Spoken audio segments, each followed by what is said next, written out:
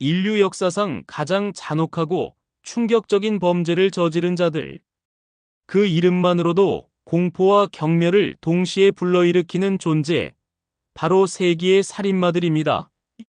과연 누가, 어떤 이유로 이 끔찍한 칭호를 얻게 되었을까요? 그리고 우리는 그들의 그림자 속에서 무엇을 배우고 어떤 교훈을 얻어 사회를 더 안전하게 만들어야 할까요? 이 질문들은 단순히 과거의 사건들을 되짚는 것을 넘어 현재를 살아가고 미래를 만들어갈 우리에게 던지는 중요한 화두가 될 것입니다. 이 이야기는 단순한 흥미 위주의 사건 나열을 넘어섭니다. 인간 본연의 어두운 면과 사회가 직면해야 할 숙제를 깊이 파헤쳐 볼 것입니다. 잔혹한 범죄 현장의 기록, 그리고 그 뒤에 숨겨진 인간의 심리를 낱낱이 해부하며 세기를 뒤흔든 살인마들의 실체를 추적합니다. 이 과정에서 우리는 때로는 불편하고, 때로는 절망적이며, 때로는 깊은 성찰을 요구하는 질문들과 마주하게 될 것입니다. 지금부터 그 충격적인 진실을 마주할 준비가 되셨습니까?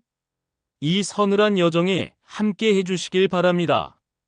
세기의 살인마라는 용어는 단순히 많은 사람을 죽인 살인범을 넘어서는 훨씬 더 복합적이고 심층적인 의미를 가집니다. 이들은 그 범죄의 잔혹성, 수법의 기괴함, 사회 전반에 미친 파장과 심리적 충격 등으로 인해 오랜 시간 동안 사람들의 기억 속에 강렬하게 각인되고 회자되는 인물들입니다. 때로는 그들의 이야기가 영화나 드라마의 소재가 되어 대중문화 속에 끊임없이 소환되고, 때로는 심리학자들과 사회학자들의 중요한 연구 대상이 되어 인간 행동과 범죄 심리에 대한 이해를 넓히는 데 기여하기도 합니다. 이들의 이야기는 인류가 얼마나 깊은 어둠을 품고 있는지, 그리고 그 어둠이 어떤 예측 불가능하고 잔인한 형태로 발현될 수 있는지를 적나라하게 보여주는 불편하지만 반드시 직시해야 할 거울과도 같습니다. 특히 영국의 공영방송 BBC에서 제작한 다큐멘터리 시리즈 세기의 살인마는 이러한 인물들의 행적을 입체적으로 조명하며 전 세계적으로 큰 반향을 일으켰습니다. 2001년에 첫 방영된 이 시리즈는 그 충격적인 내용과 높은 완성도 덕분에 전 세계의 히스토리 채널을 통해 소개되었고, 한국에서도 2006년부터 2007년까지 방영되며 수많은 시청자들에게 깊은 충격과 함께 사회적 논의를 불러일으켰습니다. 이 다큐멘터리 시리즈의 해설을 맡은 성우는 바로 텔레토비 해설로 대중에게 친숙한 구자형 성우였습니다.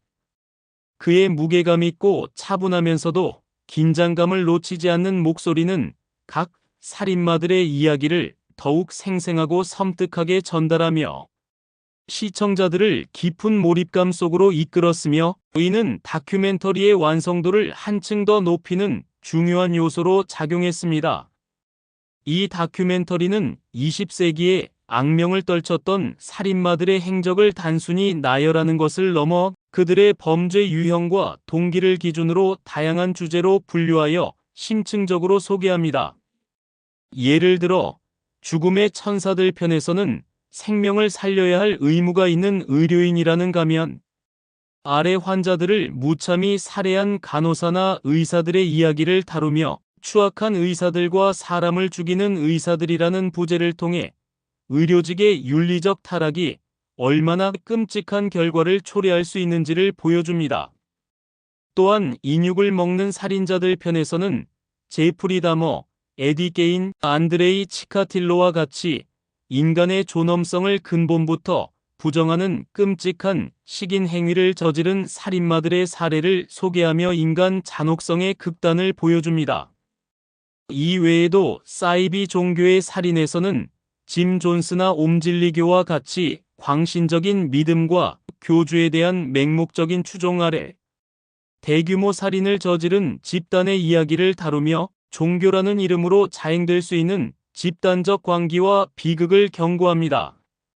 의문의 살인사건, 대량살인, 스릴을 즐기는 살인자들, 유산을 노린 살인자들, 여자만 죽이는 살인자들, 모델 살인사건 홍등가, 살인사건, 여자 살인자들 등 특정 대상이나 동기 혹은 성별에 초점을 맞춘 범죄들도 심도 있게 조명하여 범죄의 다양한 양상과 사회적 배경을 탐구합니다. 각 에피소드는 대략 22분 분량으로 구성되어 있으며 한 에피소드당 3명 또는 집단의 살인마를 다룹니다. 각 인물에게는 약 5-6분 정도의 시간이 할애되어 그들의 범죄 동기, 범행 수법, 사건 발생 경위, 경찰의 수사 과정, 체포 및 재판 과정, 그리고 사회에 미친 영향 등을 간략하지만 매우 강렬하게 전달합니다. 비록 지상파 방송이라는 한계 때문에 직접적인 잔혹 장면은 거의 없지만 다큐멘터리는 음울하고 긴장감 넘치는 배경음악을 통해 시청자들의 심리를 압박하며 공포감을 조성합니다. 여기에 실제 사건 현장 사진, 범행 도구, 피해자의 유류품, 범죄자가 남긴 흔적 등의 비디오 자료, 경찰 조사 기록, 재판 장면, 그리고 무엇보다 중요한 것은 피해자, 가족이나 살인마 주변 인물들의 인터뷰를 통해 사건의 실제감을 극대화하여 시청자들이 마치 현장에 있는 듯한 생생한 느낌을 받도록 연출했습니다. 이러한 요소들이 결합되어 다큐멘터리는 단순히 정보를 전달하는 것을 넘어 시청자들에게 깊은 심리적 충격과 함께 사건의 본질을 파고들게 만드는 힘을 가졌습니다. 이 다큐멘터리가 다룬 수많은 세기의 살인마들 중에서도 특히 대중의 기억 속에 강렬하게 남아있는 몇몇 인물들이 있습니다. 찰스 맨슨은 그 대표적인 예로 그의 이름은 오늘날까지도 광기와 범죄의 대명사처럼 언급됩니다. 그는 단순한 살인마가 아니라 맨슨 패밀리라는 이름의 광신적인 히피 공동체를 이끌며 젊은 추종자들을 자신의 뜻대로 조종하여 잔혹한 살인을 지시했습니다. 1969년 여름, 당시 임신 중이던 유명 여배우 샤론 테이트를 포함한 7명을 무참히 살해한 이른다. 테이트 마이너스 라비앙카 살인 사건은 미국 사회를 충격과 공포, 그리고 깊은 불안감에 빠뜨렸습니다. 찰스 맨슨은 단순히 물리적인 살인을 저지른 것을 넘어 사람들의 정신을 지배하고 조종하여 그들 스스로 악을 행하게 만들었다는 점에서 더욱 끔찍하게 기억됩니다. 그의 카리스마와 정신적인 조종 능력은 당시 사회에 만연했던 히피 문화의 어두운 이면을 보여주는 동시에 인간 군중 심리의 위험성을 경고하는 사례로 남았습니다. 그는 2017년 83세의 나이로 감옥에서 생을 마감했지만 그의 이름은 여전히 사이코패스와 광기의 상징처럼 남아 수많은 논쟁과 분석의 대상이 되고 있습니다. 에디 게인 역시 세기의 살인마라는 칭호에 걸맞은 매우 기괴하고 충격적인 범죄 행각으로 악명을 떨친 인물입니다. 그의 이름은 일반 대중에게는 다소 생소할지 몰라도 그가 저지른 끔찍한 범죄는 서구 문화권의 수많은 창작물에 영감을 주었습니다. 그는 시체 훼손과 인육 섭취라는 인간의 상식으로는 도저히 이해할 수 없는 충격적인 범죄를 저질렀습니다.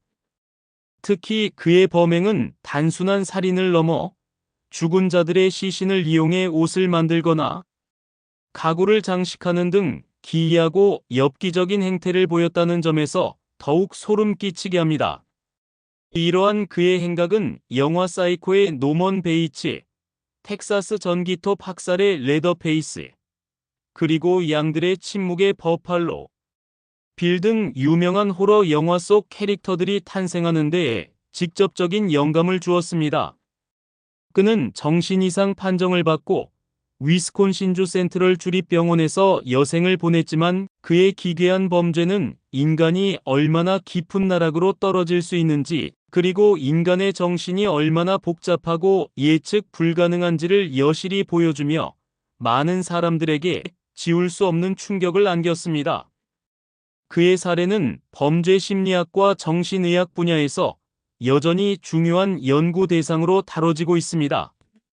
이 외에도 다큐멘터리에서는 환자들을 살해한 간호사처럼 신뢰를 배신한 살인자들, 국가나 이념을 내세워 대량 학살을 자행한 이들, 아무런 이유 없이 무고한 사람들을 무차별적으로 살해한 연쇄 살인마들 등 다양한 유형의 살인마들이 소개됩니다. 이들은 각기 다른 동기와 범행 수법을 가졌지만 한결같이 인간성의 가장 어둡고 추악한 면을 드러냈습니다. 이들의 이야기는 단순히 범죄 기록을 나열하는 것을 넘어 우리가 사는 사회의 병폐를 돌아보게 만들고 인간의 정신세계에 대한 깊은 질문을 던지게 만듭니다. 왜 어떤 인간은 타인의 생명을 아무렇지도 않게 유린할 수 있는가? 사회는 이러한 개인의 일탈을 어떻게 예방하고 대응해야 하는가? 이러한 질문들은 시대를 초월하여 인류가 끊임없이 답을 찾아야 할 숙제로 남아 있습니다. 하지만 세기의 살인마와 같이 극악무도한 범죄자들의 이야기를 조명하는 일에는 언제나 깊은 고민과 신중한 접근이 필요합니다. 가장 큰 논란 중 하나는 범죄 행위를 미디어에서 재조명하는 방식에 대한 것입니다. 미디어에서 이들의 범죄 행위를 다룰 때 지나치게 자극적인 묘사나 선정적인 내용으로 시청자들의 일시적인 흥미를 유발하려는 시도는 피해자와 그 가족들에게 잊었던 상처를 다시 헤집고 또 다른 고통을 안겨줄 수 있습니다. 범죄자에게 불필요한 관심과 스포트라이트를 집중시키거나 심지어 그들의 기괴한 행적을 영웅시하거나 낭만화하는 듯한 묘사는 철저히 지양되어야 합니다. 범죄의 심각성을 알리고 사회적 경각심을 일깨우는 것이 미디어의 중요한 역할이겠지만 그 목적을 달성하기 위해 범죄 자체를 상품화하거나 자극적인 콘텐츠로 소비해서는 안 될 것입니다. 이는 윤리적인 문제뿐만 아니라 사회 전반에 미칠 수 있는 부정적인 영향까지 고려해야 하는 문제입니다. 또 다른 중요한 논란은 일부 살인마들의 정신질환 여부와 범죄의 연관성입니다. 많은 연쇄살인마들이 어린 시절의 극심한 트라우마, 학대, 혹은 유전적 요인 등으로 인해 정신병 진단을 받거나 비정상적인 심리를 형성한 경우가 많습니다. 그렇다면 그들의 잔혹한 범죄는 전적으로 개인의 악의에서 비롯된 것일까요? 아니면 정신질환이라는 불가피한 요소가 크게 작용한 결과일까요? 이 질문은 법적, 윤리적으로 매우 복잡하고 첨예한 논쟁을 불러일으킵니다. 정신질환을 핑계로 범죄를 합리화하거나 처벌을 면하게 해서는 안 되지만 동시에 정신질환이 범죄 행동에 미치는 영향을 완전히 무시할 수도 없습니다. 이 문제는 범죄 예방을 위한 사회적 시스템 구축, 정신 건강 서비스의 확충, 그리고 사법 체계의 정의로운 방향성에 대한 깊은 고민과 사회적 합의를 요구합니다. 정신질환을 앓는 이들에 대한 편견 없는 이해와 동시에 잠재적 위험에 대한 사회적 안전망 구축이라는 두 가지 과제를 동시에 안고 있습니다. 마지막으로 세기의 살인마와 같은 강력 범죄에 대한 미디어의 과도한 관심이 모방 범죄를 유발할 수 있다는 우려도 끊이지 않고 있습니다. 일부 정신적으로 불안정하거나 사회에 불만을 품은 사람들은 미디어를 통해 접한 유명 살인마들의 범죄 수법을 모방하거나 심지어 그들을 어두운 영웅처럼 숭배하는 현상을 보이기도 합니다.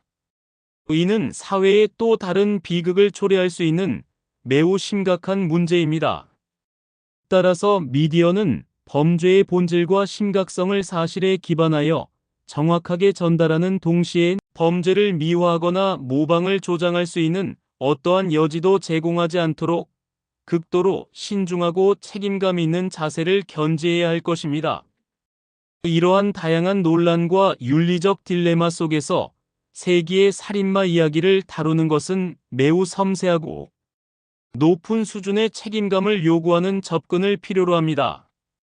결론적으로 세기의 살인마는 단순히 끔찍한 범죄를 저지른 개별적인 인물들을 지칭하는 것을 넘어섭니다. 이들은 인간 내면에 존재하는 어둠의 시면, 사회의 불안정한 단면, 그리고 공동체가 직면해야 할 도전 과제들을 여실히 보여주는 지표이자 경고의 메시지입니다.